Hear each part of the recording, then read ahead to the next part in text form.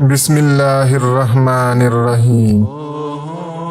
अल्लामा इब्न क़य्यिम रहिमहुल्लाह د दरूद शरीफ د ویلو یو کم صالح ګټې ذکر کړي دي چې ځینې مهمې ګټې دا دي. اولنې د درود شریف ویل د الله جل جلاله په حکم عمل کول دي. دویم یو ځل درود شریف ویلو سره د الله تعالی لس رحمتونه نازلیږي. دریم لس نیکه لیکلی کیږي. څلورم لس گناهونه بهلی کیږي. پنځم لس درجې پورته کیږي. شپږم له دعا نه مخکې درود شریف ویل د دعا د قبلېدو احتمال زیاتوي. اووم د اذان نه وروسته د مسنون دعا نه مخکې درود شریف ویلو سره د قیامت په ورځ د رسول الله صلی الله علیه وسلم شفاعت نصیب کیږي. اتم درود شریف په ویلو سره مجلس ته برکت رسیږي. نهم کله چې یو څوک په رسول الله صلی الله علیه وسلم درود وایي الله تعالی د ملائکو په وړاندې د هغه ستاینه کوي.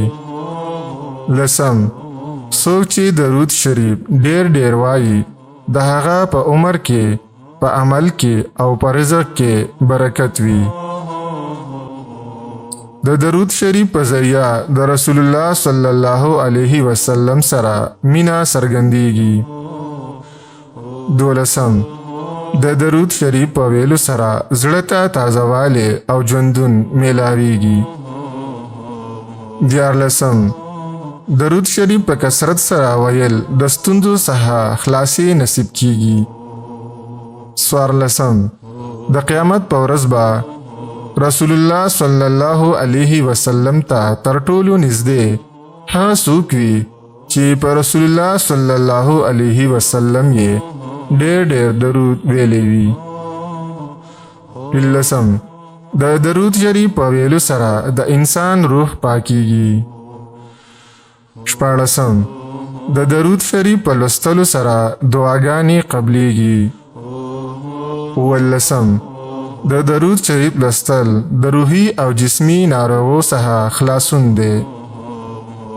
اتلسم د درود شریف په ویلو سره د انسان د زړه تنګوالی ختمیږي.